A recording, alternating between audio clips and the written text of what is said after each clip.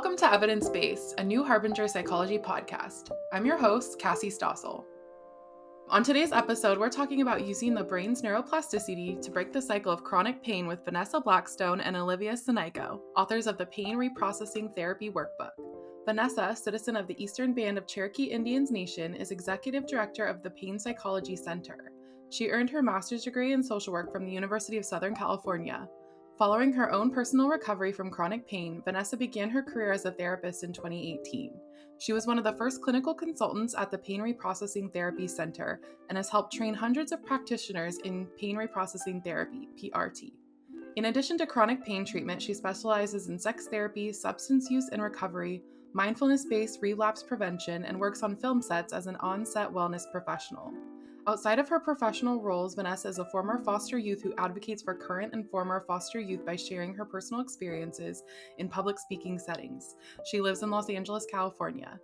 Olivia leads a behavioral health pain program at the tribal health organization Southeast Alaska Region Health Consortium.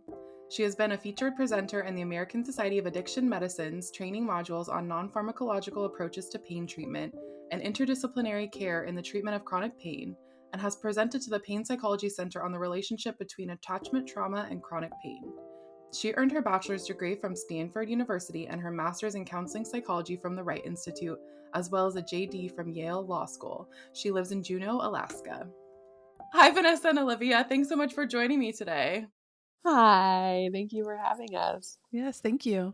As we were just talking before we got started, I'm super excited to talk about this topic. I think it's so important. And right when we kick off reading your book, you write that 21% of people grapple with chronic pain. Can you talk about some of the common symptoms that may be included under this umbrella of chronic pain? If we included every single thing, I think it would be a whole chapter and more. Because there's so much, and I think it's really important for people to understand if your symptoms are not specifically described as pain, but more sensory based. We can even call this sensory reprocessing therapy if we wanted to. So I'll just kick it off with some diagnosis terms that we often see in this work.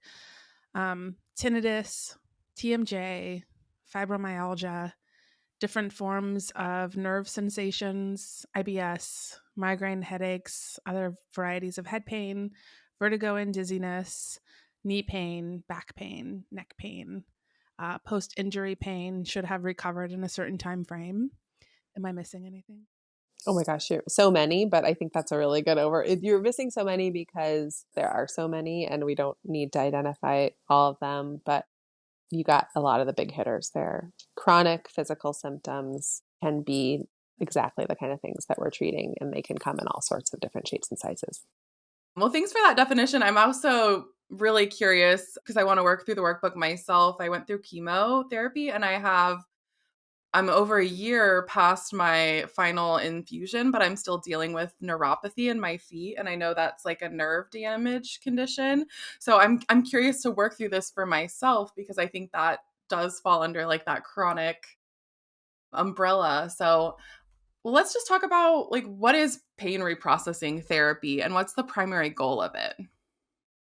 Pain reprocessing therapy foundationally really is just utilizing the brain's neuroplasticity to unlearn symptoms of pain. So, what that means is we're utilizing our neural pathways, the pathways created in our brain so that we make up who we are, what we do, how we feel, what we think, how we respond, all the things that you can imagine. Using that to change the way in which we respond to our symptoms to create a different kind of relationship between us and the things that have debilitated our quality of life. And our primary goal is symptom reduction and eradication. Yeah, and when you're talking about that neuroplasticity, can you talk about the role it plays in PRT? This is Olivia talking. Neuroplasticity is the brain's natural capacity to change.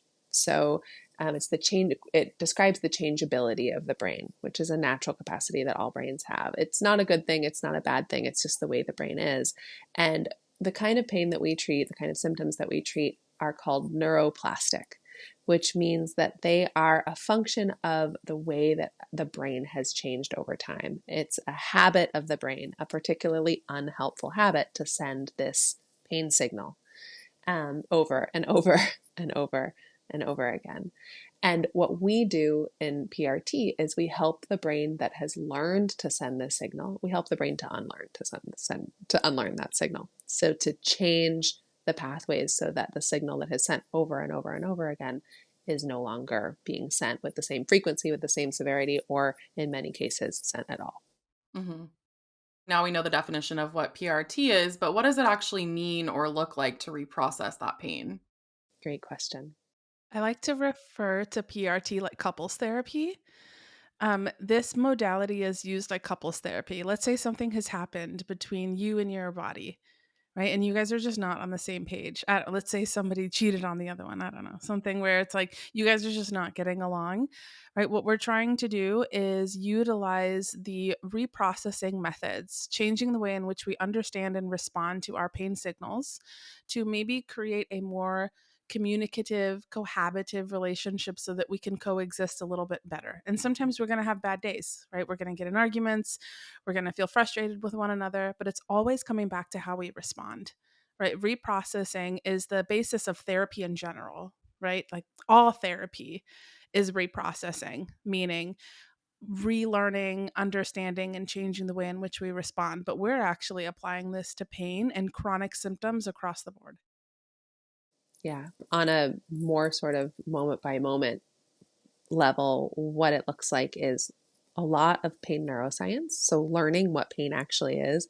It's not what we sort of intuitively think it is, which is burn hand, hand hurt. There is this really important organ that happens that plays an important role, a crucial role in between burn hand and hand hurt, and that's the brain. So helping everyone understand what pain actually is and the role that the brain plays in sending that pain signal. That's really a huge component of PRT. And then once that understanding is established, helping the brain feel safe in the midst of unpleasant sensation so that it no longer responds with fear. So helping in that pain neuroscience component, it's explaining and helping folks understand the connection between fear and pain, the way that fear makes a brain much, much more likely to send a pain signal than it otherwise would. And then in the more experiential part of PRT, helping the brain to interrupt those habitual fear signals in order to interrupt that cycle of pain and fear.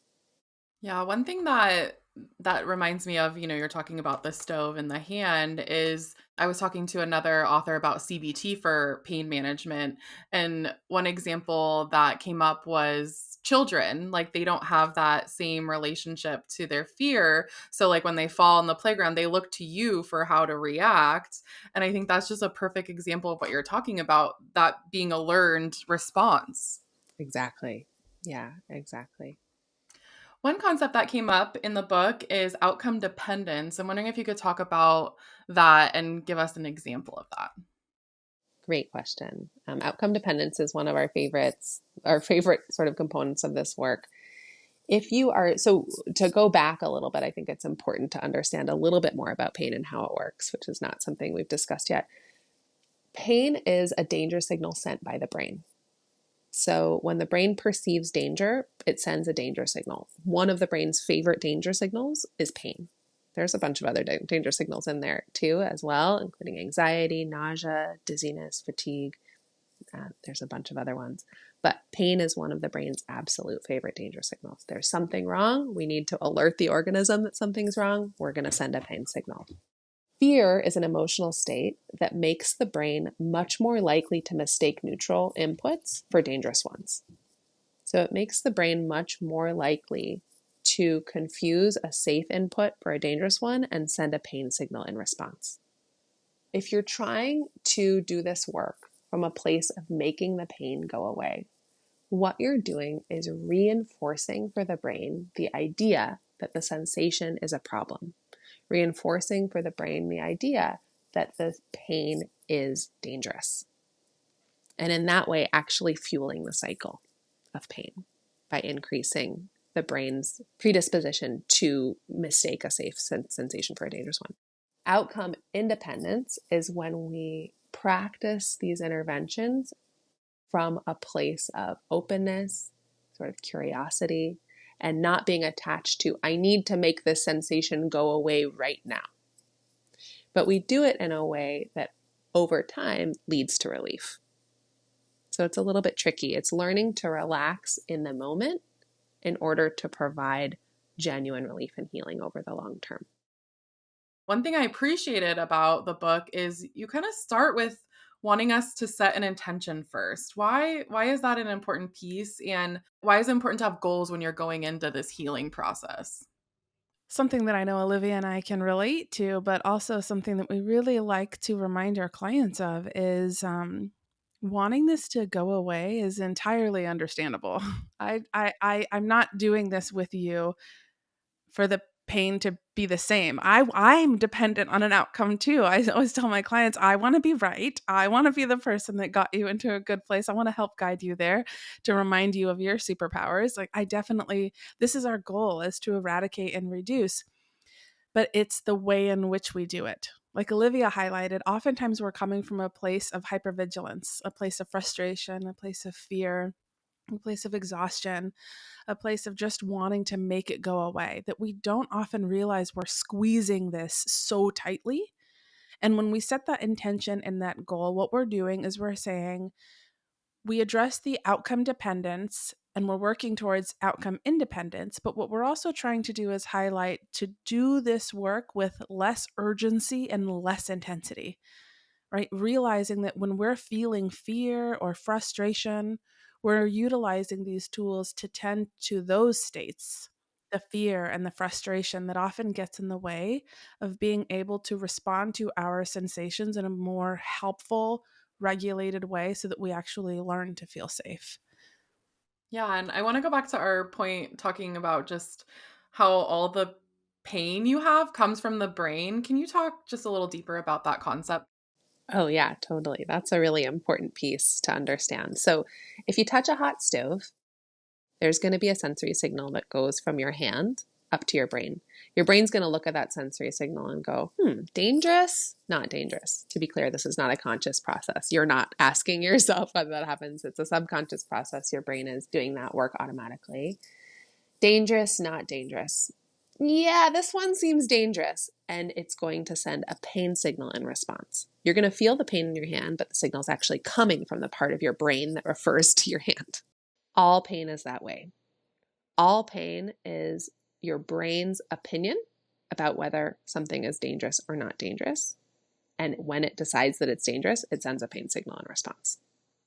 I have kind of a fun fact that I really love to give to my clients just to highlight a little bit more, just some ways in which we really don't realize how much of the signals come from our brain to certain parts of our body and how those two communicate to one another. And the fun example that I have is if you are falling in love and you're like anxious about kissing someone for the first time, we call that butterflies in our stomach, right? We're thinking about them, imagining, getting closer to them, where we are experiencing like butterflies in our stomach because that is our brain sending a signal to our gut. Our gut is the place that carries most of our serotonin.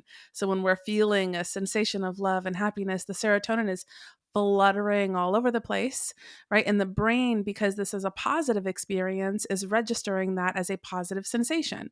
It's not, well, in some cases it might register it as, an IBS like symptom, it might feel relatable to that. But what's really happening is we're excited and we're in love. So we're having a fluttering of serotonin. It's a positive experience. So the brain is registering it as a positive thing. But what about when we're speaking in front of a group of our peers? We hate public speaking, super nervous about it, and we feel the same fluttering. But because it's associated as more of a negative event and something that's fear based, it's the same occurrence. Serotonin is fluttering all over the place, but the way that the brain relates to the sensation is different. So your brain is going to interpret that as a dangerous thing. It's the same part of your body and the sensations are the same, but the brain is interpreting it differently and trying to protect you in order to keep you in a place of high alert. Yeah, that's a really great example. And as we know, the brain can make a mistake. So, can we talk about what happens when the brain makes a mistake and how fear plays into that pain cycle? So the brain is going to be more likely to make that mistake, more likely to mistake a safe input for a dangerous one when it's in a state of fear. And you can think about this in your own experience. So if you're in a state of fear, this is actually one of my favorite examples from my own life. I live in Alaska. I live in Juneau, Alaska. I'm really lucky to live here. There's a trail called Dan Moeller Trail that is on an island across from Juneau. And I was hiking down it one day. This is long, long before I understood anything about the brain or had come into contact with PRT. And I was hiking down it one day by myself. It was kind of getting late in the day. It was snowy. It was winter. The daylight was waning. So like night is sort of coming, chasing me down the mountain kind of. And I'm walking down the trail headed back towards home. And I walk through a part of the trail where there's a sign that says danger of avalanche. It's an avalanche path. Sort of don't dally. It tells you to keep moving on. And so I'm walking down that part of the trail with the sort of avalanche warning on my right, trying to go swiftly, but not fall or hurt myself and not stay too long in that avalanche zone. And then out in front of me, I see a wolf. And I'm like frozen in my tracks. Okay. Night is coming behind me. Potential avalanche coming down from my side. Wolf in front of me. What the heck do I do? I'm frozen. And then a couple of seconds later, the wolf's owner comes out from behind the trees. And I realize, oh, that's not a wolf at all. That's a dog. And it's not even a dog that even looks like a wolf. It's just a dog. What was happening was my brain was in an activated state. I was worried about getting down the mountain quickly enough. I was concerned about this avalanche path. There was fear in the system. And the fear in the system caused my brain to perceive a neutral input, a dog, as a dangerous one, a wolf. Our brains are always going to have that tendency to see something dangerous where there isn't one. But that tendency is going to be way more heightened when there's fear in the system. Way, way more heightened when there's fear in the system. So sensation is exactly the same way. If there is fear in the system, we're going to be more likely to perceive a neutral sensation, the dog of the sensation world, as a dangerous one, the wolf of the sensation world, pain. Mm-hmm. Yeah, the brain does not care about getting it right. It just cares about keeping you safe, right? So our brains are almost like very black and white in nature, which is funny because we talk all the time in cognitive work about recognizing that a cognitive distortion is like black and white, all or nothing thinking. But my instinct is like, but isn't our brain is wired to do that? So we have to forgive ourselves when we tend to look at things in a very black and white way because we're wired that way.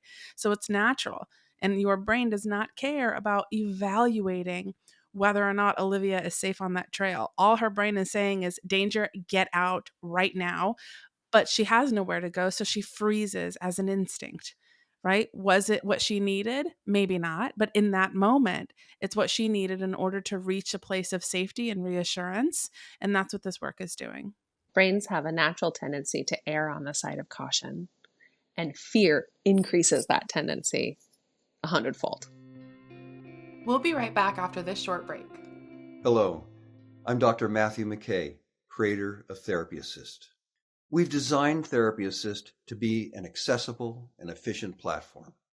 By providing a library of thousands of resources and the ability to customize workbooks, we're putting evidence-based tools in your hand, helping to improve client outcomes.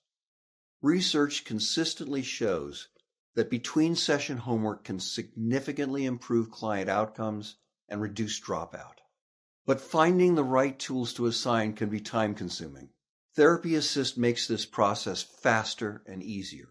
You can search through a library of curated resources, including psychoeducation, worksheets, exercises, meditations, and much more. You can use these resources both during your sessions and as homework assignments for clients, all with the confidence that they are rooted in evidence-based therapies. Therapy Assist's resource library is built on the firm foundation of New Harbinger Publications' 50-plus years of pioneering work in self-help and psychology. So you'll have resources created by world-renowned psychologists and researchers right at your fingertips. Our platform makes it easy for you to find exactly what you need with search filters and curated protocols. These comprehensive tools provide you with the ability to search for a resource by any combination of therapy type, presenting problem, transdiagnostic mechanism, intervention, or resource type. Therapy Assist helps you support more clients between sessions in less time. I know therapists often spend hours searching through files, books, or online to find the resources they need.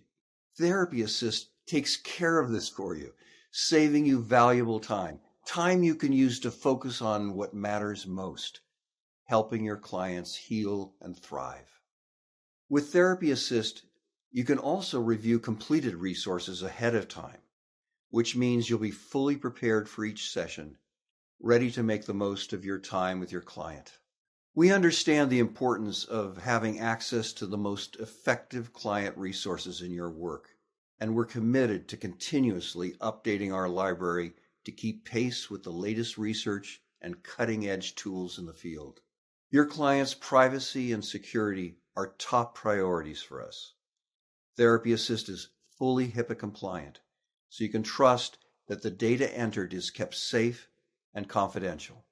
To start your free trial and find out how Therapy Assist can transform your practice, go to therapyassist.com.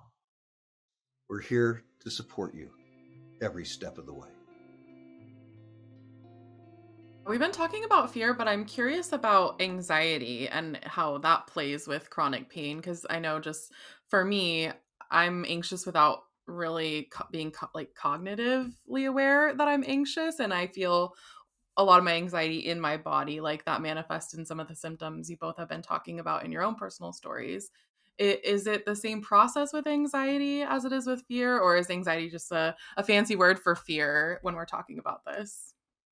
Yeah, we have an exercise in the book called Flavors of Fear. And we say that fear is kind of like ice cream. So, ice cream. There's some flavors of ice cream that sound like ice cream: chocolate, vanilla, banana.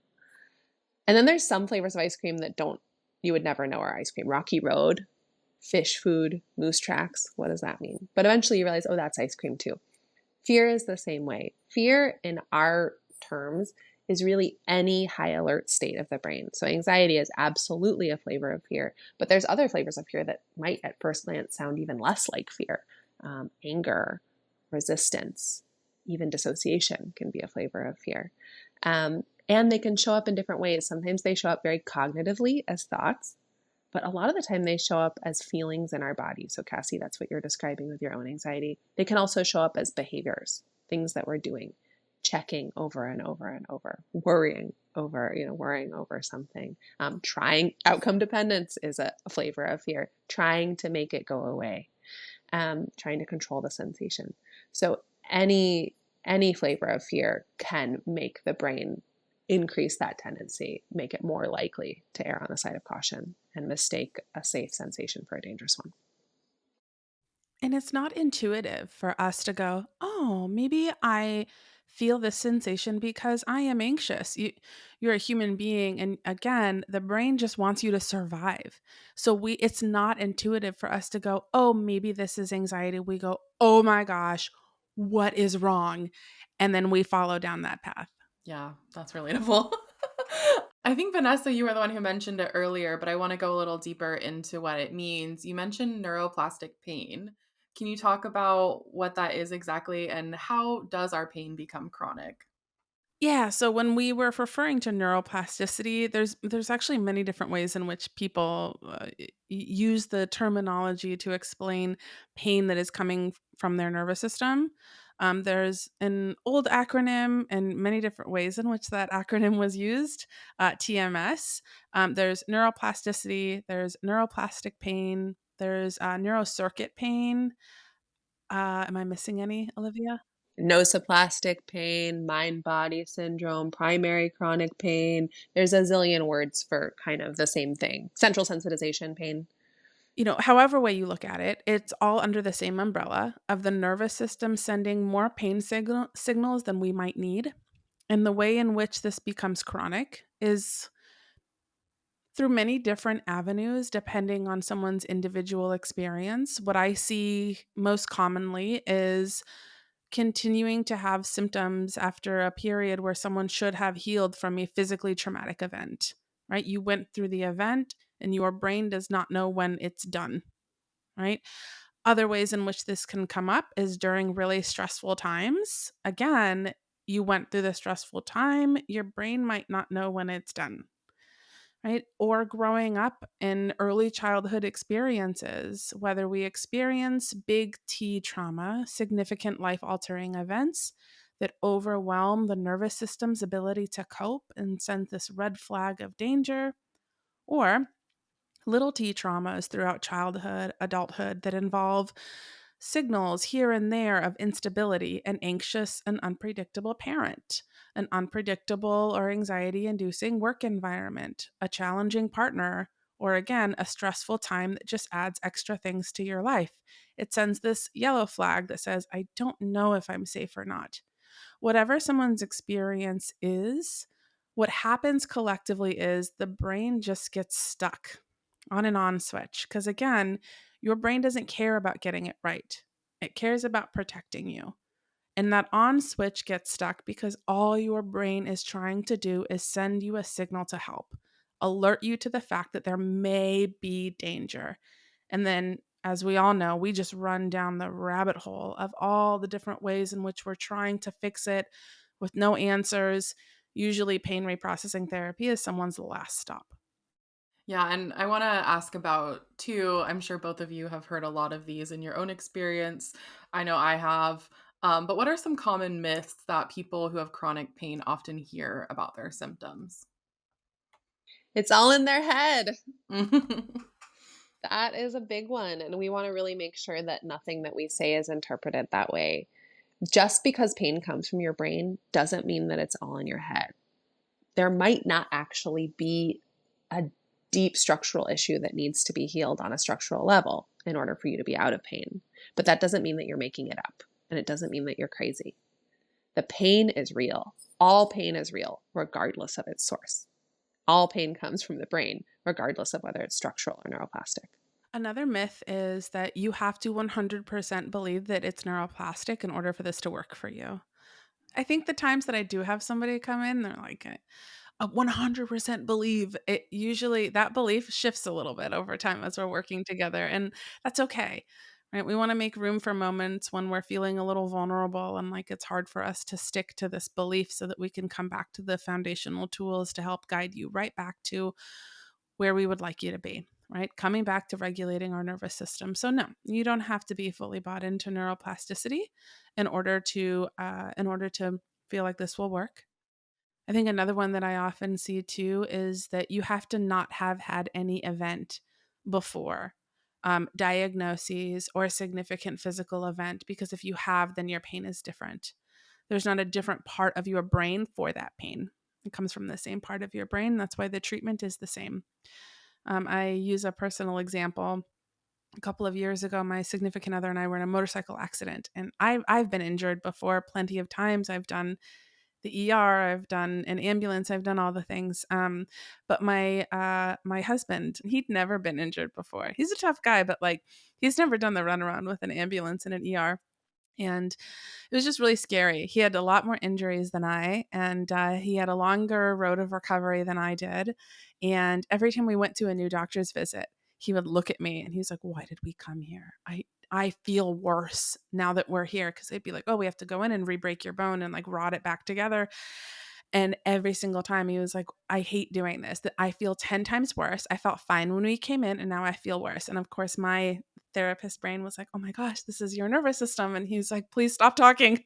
But I was like, no, no, no, it is like, this is your nervous system saying, "Whoa, danger, get out of here. I hate this. I don't like this. Are you okay? Are you sure?" Right? It really kind of highlighted, even when we have an injury, even when we're dealing with something that we're navigating through, the nervous system has a role. Right. And like, it's such a useful thing to rely on so that we know some of this absolutely is coming from any kind of experience that we have. And my nervous system has a massive role in this too. Yeah, that's I suffer from that. What is it called? White coat syndrome. You go to the doctor and you're immediately on edge, that fear, like that is such a real phenomenon feeling. It is. Yeah. Mhm. And as we're talking about, our nervous system trying to protect us in those moments, what are some ways that we can approach that with, like some self-compassion, some kindness, and sort of soothe that inner protector that's really just trying to help? That's exactly it, Cassie, is connecting with the pain and what it's trying to do. Our pain is trying to help us. Our pain is trying to get us out of a situation that the brain genuinely believes to be dangerous. So, understanding that the intention of the pain is actually one of deep love and care, even if the outcome is kind of unpleasant, beyond kind of unpleasant, right? Quite unpleasant. So, staying connected with the intention of the various protectors within us, pain included, anxiety included, any kind of fear included, they're all protectors. They're all there and with the intention to protect us from harm.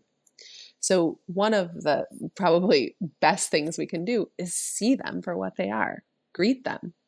Hey, I see you, anxiety. Oh, pain, you're here. Okay, you're here. I know that you're trying to protect me. I see you.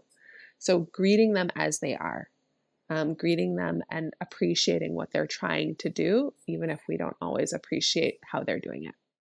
And as we're talking about, those fears, we've talked a lot about fear, but what does that mean to untangle sensation from fear? And how do we sort of become self-aware to know the difference? And what does that look like in practice? Such a good question.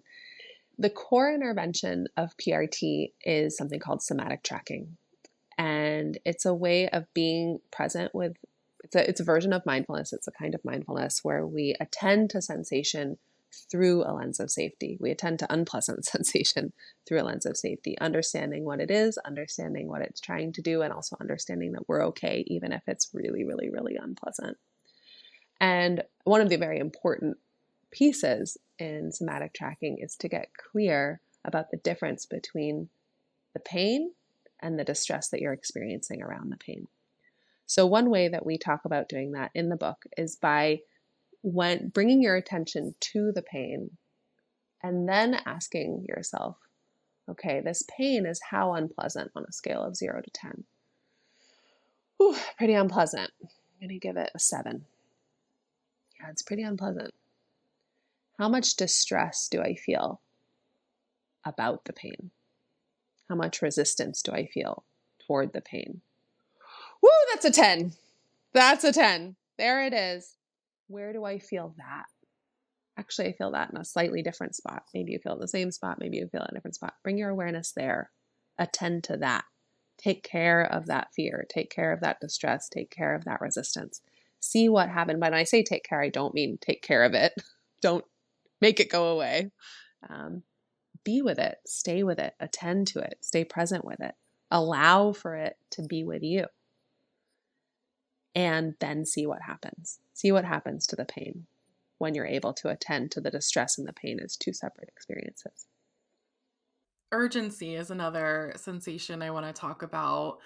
You put an emphasis on it in the book. What are some signs and sensations our body might and mind might be experiencing that urgency? And how does it easily become normal for us?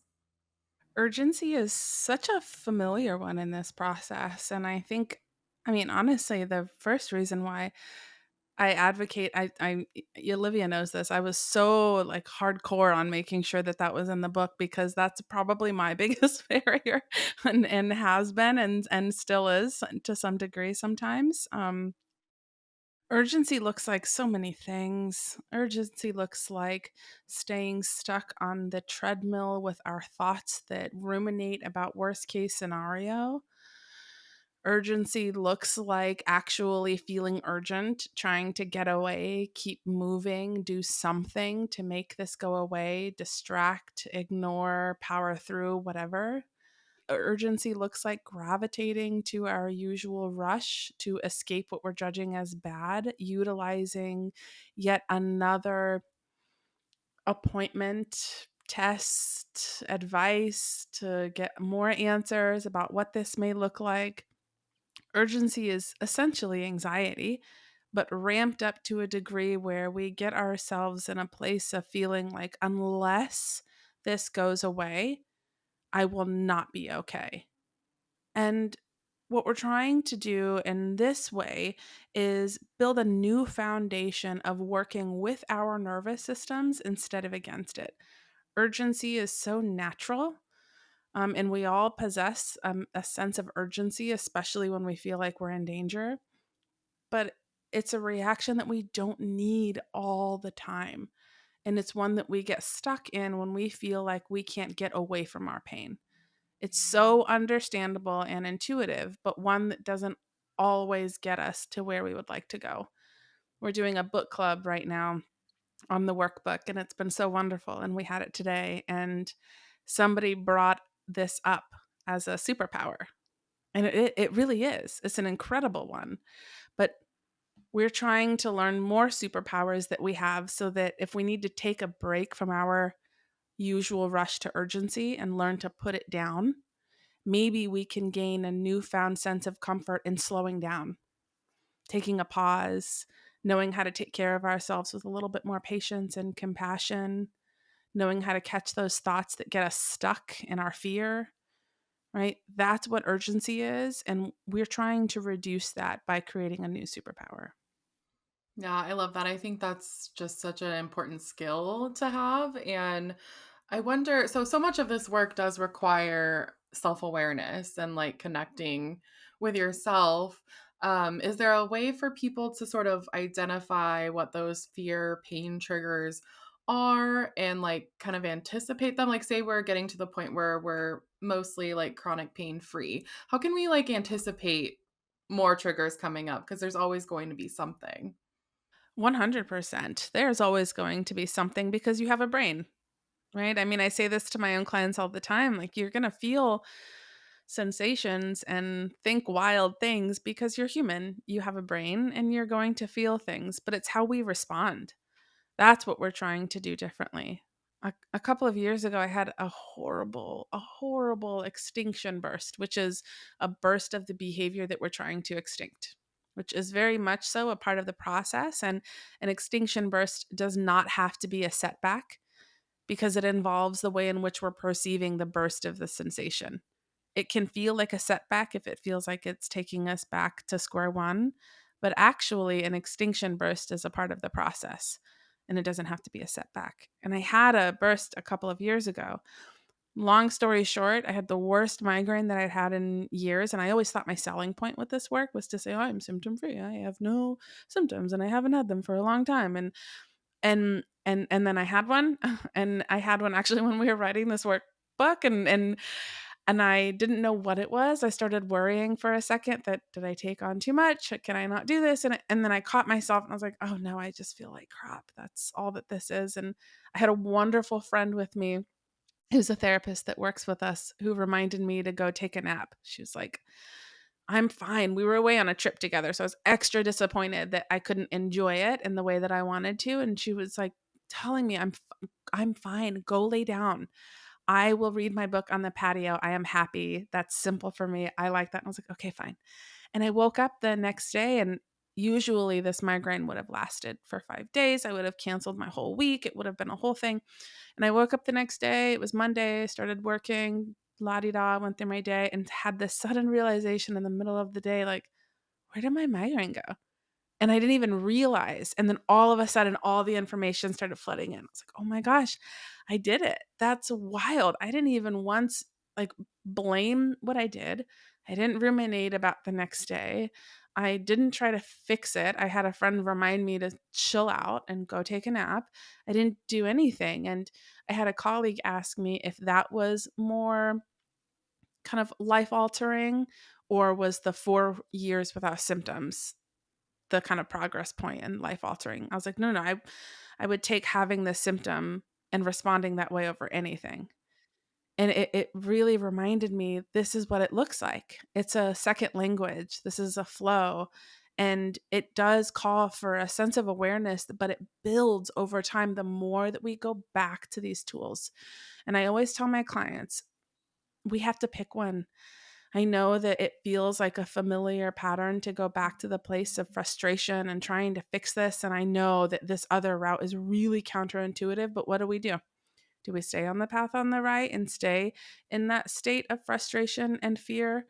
Or do we correct ourselves dozens and dozens of times a day so that this becomes a second language, right? That's the one that we're trying to get ourselves to pick.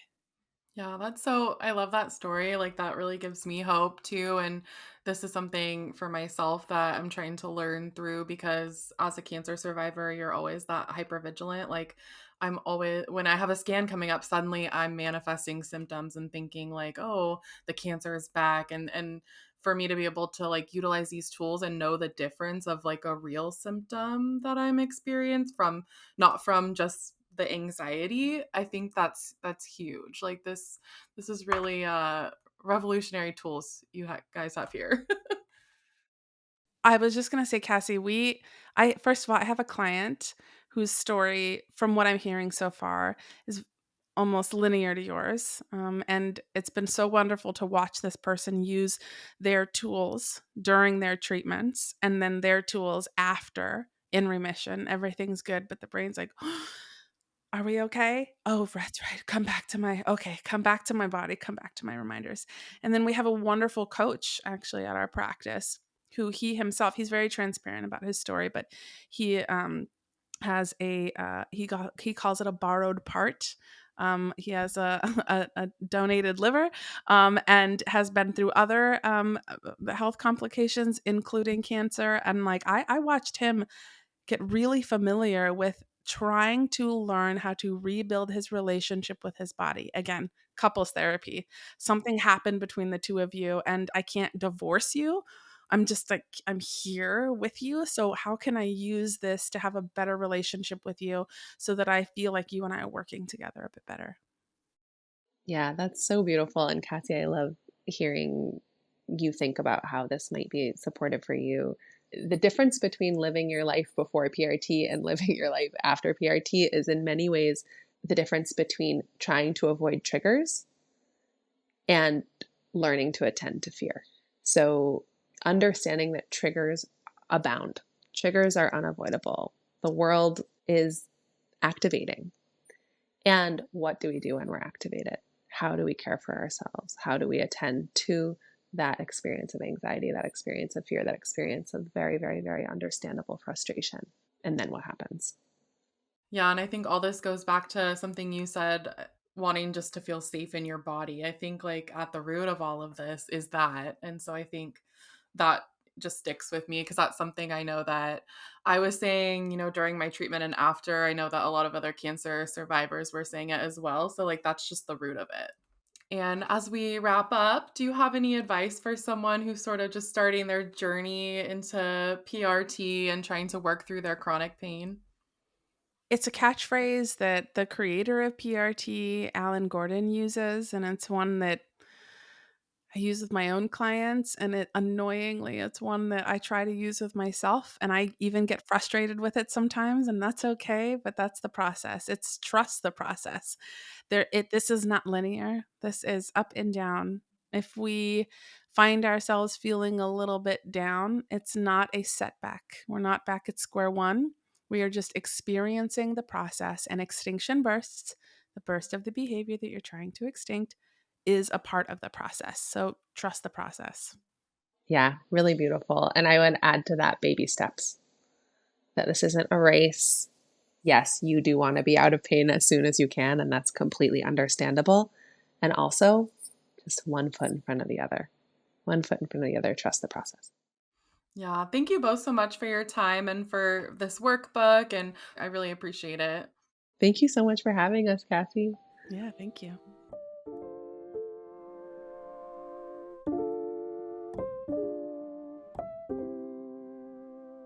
Free yourself from chronic pain with this powerful evidence-based workbook. Do you suffer from back, knee, or neck pain, migraines, arthritis, fibromyalgia, or any other condition that causes chronic discomfort? Have you searched far and wide for answers, hoping against hope to find lasting relief, only to find yourself disappointed and in pain again? This discouraging cycle can be as damaging to your quality of life as the pain itself, especially if your pain has been minimized or disregarded. If you're tired of running into roadblocks when it comes to finding real solutions, it might be time for a new approach. It's time to leverage the natural power and flexibility of your brain so you can finally free yourself from chronic pain and take charge of your life. At the heart of this groundbreaking workbook in pain reprocessing therapy, the most effective current treatment for chronic pain. PRT is a highly streamlined, evidence-based method that actually retrains the brain to accurately interpret sensory signals from the body, interrupting the perpetual pain cycle so you can find some relief. You'll begin by exploring the ins and outs of how pain works, with special emphasis on understanding the critical relationship between pain and fear. You'll also discover a wealth of in-the-moment tips to help you quickly recognize the aspects of life that trigger or aggravate your pain, so you can handle it quickly, healthily, and move on with less pain. If your quest to find relief has led to nothing but frustration, shame, stigmatization, and endless agony, the answers found in this friendly guide will illuminate a path away from pain and toward lasting comfort and peace of mind. Go ahead and take the first step. Visit our website at www.newharbinger.com and use coupon code podcast25 to receive 25% off your entire order. New Harbinger Publications is an independent, employee-owned publisher of books on psychology, health, spirituality, and personal growth. For over 50 years, our evidence-based self-help books and pioneering workbooks have helped readers make positive changes to improve mental health and well-being. Founded by psychologists Matthew McKay and Patrick Fanning, New Harbinger is proud to be an employee-owned company. Our books reflect our core values of integrity, sustainability, compassion, and trust. Written by leaders in the field and recommended by therapists worldwide, New Harbinger books are practical, accessible, and provide real tools for real change. Join the New Harbinger Clinicians Club, a free membership club exclusively for mental health professionals. Sign up today and you'll receive a special welcome gift, 35% off all professional books, free client resources, free ebooks throughout the year, access to private sales, a subscription to our Quick Tips for Therapists email program, and more. Visit newharbinger.com/clinicians-club for more information. Do you have an idea for another episode? Do you want to send us a message? Our email address is podcast@newharbinger.com. We'd love to hear from you. This podcast was edited by Jesse Fancushion. If you enjoyed today's episode, we'd love if you rated, reviewed, and subscribed to the show, and we hope that you might share it with anyone who could benefit from the content. This podcast is not a substitute for counseling with a licensed provider.